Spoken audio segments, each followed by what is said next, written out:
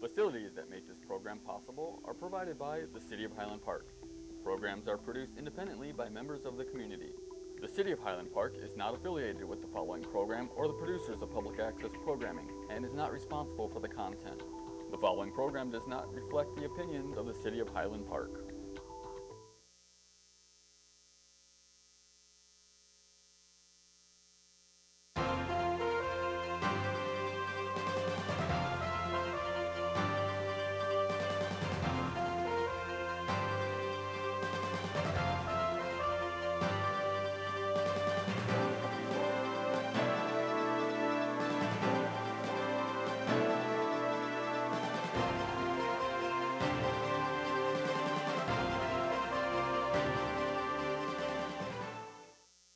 Welcome to Cahnmanns Current Events Roundtable.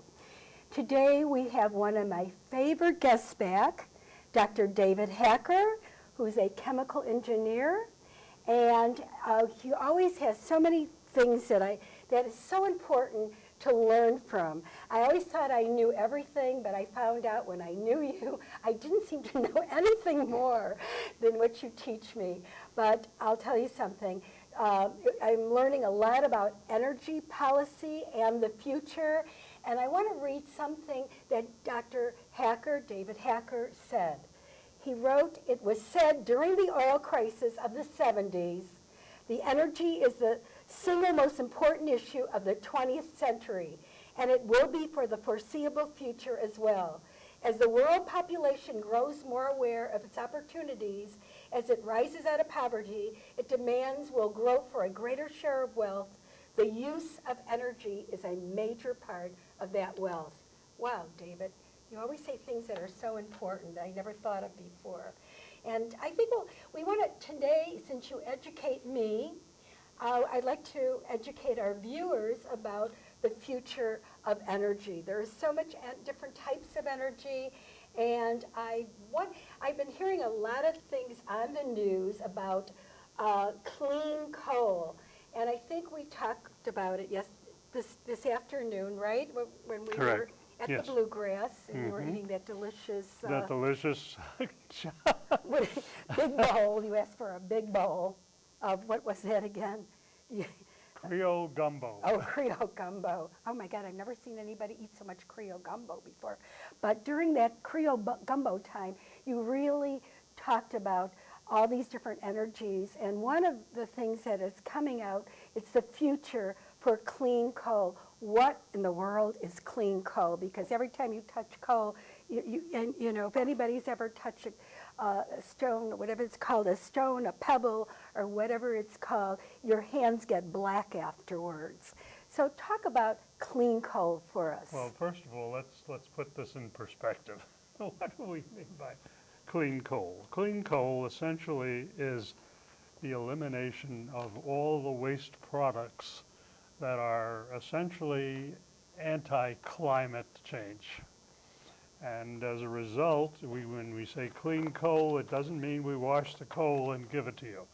That isn't clean coal. Clean coal happens to be a difficult process in order to preserve coal mining in this country and to attack the issue of climate change. They're really connected. On the one hand, the last campaign, you remember, it was fought over whether the coal mine should be sustained or not. Exactly. Because after all, there are lots of people in West Virginia and elsewhere that are going to lose their jobs as a result of the decline of the coal mining industry. And I believe that's one of the reasons that President Trump won from the coal miners in those cities or those states, because they felt that if they vote for him, they're going to keep their jobs. And well, let's look at the reality of the situation. Okay. Before we enter into the issue of what is clean coal. Yes. First of all, coal at the present time is one of the major products that we sell abroad. Surprise to many people. Moreover, coal in this country has established a reputation of being the dirtiest fuel we have. Now, why is that so? Well, one of the reasons is that there are two things that occur when you burn coal. And by the way, that reason is that Coal produces ash, which you have to dispose of in some way. It produces a lot of noxious heavy elements. It produces carbon dioxide, which is the issue related to the climate change problem, as one believes. It also, we have to think of the other aspects of coal operations. One, mining, one of the most dangerous operations we have in the country today. I mean, we are well aware of the dangers ensued that miners have when they go into the mine. Right. So all of these things are reasons enough to say, why don't we find an alternative fuel if we had no question about climate change at all? And that's a mesothelioma that you always hear about on the This news. is an issue that Yeah. miners have, is mesothelioma, Or which is black lung essentially a kind disease, of, yeah. we call it black lung, we call Right. it equivalent to silicosis, and we have other names for it as well. Mm-hmm. But a danger to the coal miner. The problem is that the real issue, as we begin to see it now, is an issue of economics. We have begun to produce natural gas at enormous quantities through fracking and other means, but mainly through fracking. It has changed the landscape of energy in this country. But when you say coal, let's get back to the clean coal. What do you do with clean?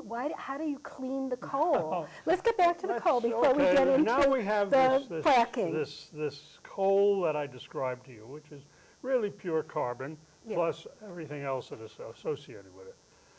Problem is, if those people who feel that it's a consequence to climate change, that we are producing too much carbon dioxide, Obama's administration tried to reduce that by putting in regulations that essentially would reduce the likelihood of carbon dioxide being spewed out into the atmosphere.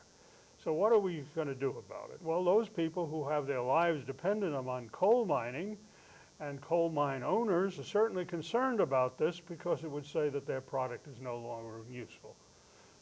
So, But we still sell it to China. you have to you mine coal because it produces an income. Okay, but let's think of it. What do you have to do in order to satisfy the new requirements under the advice? I think Trump is willing to address the problem of getting rid of them all. But let's consider what one has to do. First of all, you want to reduce the carbon dioxide content. How do you do that? Well, first of all, you have to adapt every power plant. And by the way, the power produced by coal in this country is about 70% of electric power. That's quite a bit. We'll speak of other issues later. But basically, you have to essentially capture the carbon dioxide. Now, how do you capture the carbon dioxide? Well, there are a number of ideas that are floating around up there, and there's been a lot of money spent on it through various kinds of federal subsidies. Now, one of the things they do is called sequestering. And what is sequestering? Sequestering is having an absorber on top of the power plant stack, collecting that and pumping it into the ground, into some sort of aquifer, or not aquifer, but essentially a salt dome. That is a kind of cavernous space, and it prevents leakage of carbon dioxide. It's not a real issue. Carbon dioxide is heavier than air. So for all purposes, you don't expect a lot of leakage, and you expect to pump that into the ground. However, there are aspects of that pumping into the ground because you have to pump it under pressure, so that you would probably increase the likelihood of these so-called earthquakes that you have as a result of pumping carbon dioxide into the ground. What else do you have to do? Wasn't it the same what they said about fracking? Well, the let's same not get thing. into that now. We're not Yeah. in fracking. I know, We're but in that- that's coal cleaning right, up. but that's similar. We're cleaning coal Yeah. up. And what do Okay. we do? Okay. Okay, one was the sequestering of coal, pumping it into the ground, presumably into saline reservoirs, because saline absorbs carbon dioxide to form a carbonate. That's one way to do it. Another way, an absorber, in which you have a tower in which you pass the exhaust gases through, and the tower contains an amine solution, that is a solution, a basic solution, that absorbs the carbon dioxide. Again, clean up. What more can we do? Well, there's not a lot more, but we have to build those plants. Some plants already exist that do that. But David, that's done afterwards. So say we ship coal to China, they have to do that. Whatever they do, yeah, they do. We yeah, have no because- control. So Remember, you can't, like, I just want to make a reference to people. You can't clean the coal before. It has to be done after. that is correct. Okay, that's what we want to it- make sure. Cleanup of coal is done as a result of the combustion of coal. That's Okay. what we're talking about. That's what makes it, quote, clean. On the other hand, the cost of this becomes enormous to a power plant, because one of the first things we think about is what is the cost to the public of electricity? Because that's what you're using it for. You're making electricity. You're simply processing coal, burning coal, heating water, getting steam, passing that into a dynamo, some electrical device that's going to convert the steam energy into electricity. That's what you do. That's what it's all about. Question is, if the environmentalists are correct, you want to clean up the CO2. And coal does not have a great, I mean, the cost effectiveness of a plant today of modifying an existing coal-fired power plant is very high. And also, you don't have the people, like years ago, the people actually worked down in the coal mines. You know, that's when there was a lot of tragedies, accidents, coal mining accidents, explosions. Now we have a lot of instruments that go into the coal mines, you know, robots, right? It's robotic. Coal mining today is an upgraded process. It's no longer what you thought about when you watched the old, like, How Green Was My Valley. Yeah. And they have the People little, are not going around yeah. with picks yeah. any longer. And the They donkeys, use I think they machines. had those Okay. small horses But too. that's yeah. a side, and it's a side issue. Yeah. I mean, assuming that if it, Well, when people, the reason I bring that up is because when people think of coal mining, they think of the miners, the picks, they think of the miniature horses that used to go down there with them. We don't have So that. they don't have That's that gone. anymore. Okay. all right, But you let's have get to- back you- to yeah. ground We rules. need education, David. Let's have some ground rules. Yeah, The okay. ground rules are, why is coal diminishing in its interest? Okay. And my conviction is that coal itself, while an effective energy source, will become more expensive if all of these regulations are imposed on the coal mining industry. And as a result of our recent innovation of fracking, we have essentially found a new source of energy that may be more efficient than coal. For example, if you compare gas, natural gas, with coal, it produces half the carbon dioxide that coal does. Okay, the Is that reason for petroleum? that, Is natural gas? as that's well as different than- petroleum is too expensive to burn.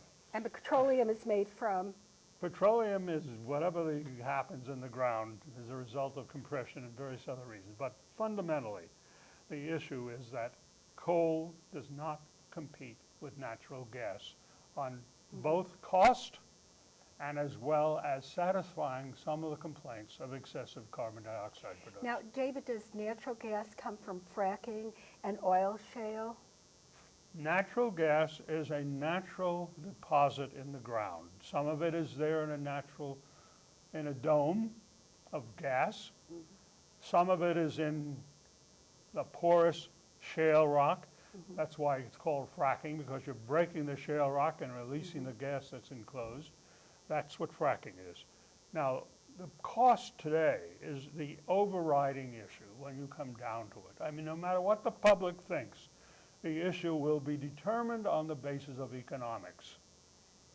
And that maybe, it's unfortunate to some people because they say, well, I don't like coal, we ought to get rid of it, but you don't have to have an alternative. We do have the alternative now. So we have natural gas. We always had natural gas. How come we never, I know Israel discovered, they have natural gas, they have, they're also, they never, because they always thought that all the other Middle Eastern countries had oil, and now they discovered they have natural gas. The United States had discovered we have natural gas. Why didn't we know about this before? We knew about it for a long time. The But we problem didn't is, do how do you anything. release it? Most of it, if you think about what's happening today, About 10 years ago, natural gas was on the decline. It was getting expensive. The reason for it is that natural gas occurs with petroleum drilling. Okay, so that's why if you went past a refinery inside, for example, in Indiana, in South, and you saw the flaring of gas, it was a waste product. So they flared it. Then they realized, boy, it's also a good energy source. Why don't we save it? So we began to turn domestic housing, heating facilities into natural gas operated facilities. As a result, we began to change from the old thing, and I can remember well when I carried out the ash cans filled of coal dust and garbage to be collected in the morning. We don't do that. We don't burn coal in the household. In fact, most houses are heated by natural gas. So that was one incursion that the energy industry made, is to change the domestic use of a fuel. Then the environmentalists Yeah, began. I do remember that as a child. I remember that, too. We lived in an apartment building, Right, and I that's remember the ash cans coal, out there. the coal man used to Right. come and empty the coal down the basement Right, to a of the chute. building. And then the janitor would come and shovel the coal Right. into the Okay, furnaces. that was a Yeah. pretty intensive Since operation. we're when you only think about it. 39, I don't know how I to remember that. carrying Yeah. out the ash cans filled with ash from the basement. But given all of that, it has become evident to us now that as I said, the economics of this thing is a major factor.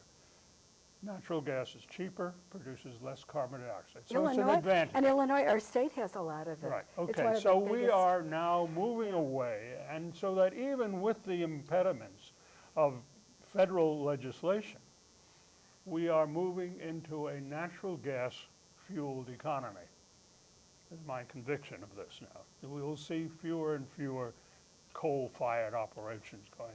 They'll decline simply because they're out of date. And the problem with coal as an energy source is how much it costs. It's the cost is one of the top. You have to, most people do not realize how costs are determined. If you have more of something else and it's cheaper to get at it, it's a lot cheaper in the market than it is some other thing that you had to mine. Okay? The coal miners earn a good deal of money. This is not an operation in which they're paid low wages. That's one for sure. So that's probably why they want to keep their So, jobs. given the fact that we are moving with due respect to environmentalists who think we shouldn't do it because it's not the ideal solution, it's still producing carbon dioxide, but half as much if you convert all of your power plants. We still have to do that. The problem is the United States is an economy dependent upon electricity. It is important to realize that you need, and the projections are being made, about a 20% increase in the demand for electricity in the next 10 years. That's a lot. That means you need more power plants and you have to find it somewhere. We cannot rely on these so-called renewable power energy systems. Wind power and solar Right. power, no matter what anyone has said about it, they are ineffective. They are not going to make a dent. Yeah, well, we talked about natural gas, there's solar power, wind power, and then we'll get to nuclear power. We still have time. Being that it's only a half-hour show, we got to get to some of the other We ought to make sources this too. into an hour show. Yeah, we should, but we'll always have you back, and I'm sure you're going to find some other new energy products that we haven't solved yet. So tell the people a little bit about, solar power. What is solar power? I mean, obviously it's from the sun, but I know in Israel there's a lot, they use a lot of solar power there. First of all, that is a very important issue. Are we, in our temperate zone, what is the length of solar radiation in the country as compared to other things? What is the nature of wind location? I mean, is every area desirable for windmills? No, not at all. I mean, we may have wind in some places more efficient than in other places. That is true. So it's not something that is universally applicable, nor is solar power. What is solar power? It's essentially the reception of solar energy, Which is the sunlight. sun. You got to have the sunlight. sun shining Okay, to do this. You right. can't do it without it. Right. Okay, you're converting this heat energy, the radiant energy of the sun, into electricity. How do you do that? One of two ways. Either you have a reflector, namely a mirror that's focused on some local position in which you heat it up. You may have water in it. You may have some other kind of, let's say, liquid that's going to absorb energy. And you boil it, as you boil it, so that the energy of the sun is being converted directly into steam. And the steam then goes the same way I described other power plants, that goes through a turbine to generate electricity. But now, let me ask you, David, if you live in Florida or Arizona. I said that it's localized. Yeah, it's localized. So you have more sun yeah. in the south than Right. you have in the north. So the That's north, the nature of right. the system. So so it really wouldn't work that much in like in our Illinois, Well, Wisconsin, you know, whatever one Michigan. says about it, one tries to use it. And at the present time, one of the advantages it has over other means is the fact that the federal government is subsidizing it at a large cost to you. And if you look at the total cost, the kilowatt hours that you pay on your bill, if you're going to have solar energy or wind energy producing that electricity solely, not the fact is it isn't solely, but if it were, you would have a very high cost of energy in your house. Didn't they have a company that went bankrupt? Remember? Oh, there was a company that was making solar panels and Right. found out it couldn't sell them. But that's one thing. There's another way. There are called solar cells. These are converters, essentially, based on the fact that sunlight interacting with certain fundamental minerals. How does it go in the houses, though? The Well, let me solar finish. panels If were you're stepping ahead Yeah, of me. You yeah. have a little wafer yeah. that is put on a panel that converts directly, mind you, solar energy into electricity. This is called a solar cell. Now, these cells are expensive. Moreover, they are not very efficient.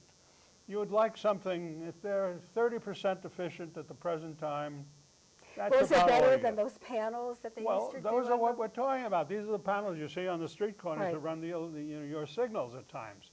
Unfortunately, they are not reliable in the sense that the sun is not always shining. What do you do in the meanwhile when you don't have the sunshine? Suppose you have a lot of rain during that week. Is there You a have way no to- electricity. Is there a way that efficiently. they have that? There's there's nothing you can do. Nothing at this point where they, any of the sun that we could capture it and. You can't It's not capture yet. something that doesn't exist. Not yet. Not yet, never. Moreover, I mean, if we think about capturing radiation, and you know that you go to the southwest to get more sun, you don't stay in Chicago to get sunlight. Okay. The second thing is that wind energy, which is another favorite renewable resource. Is that the windmills?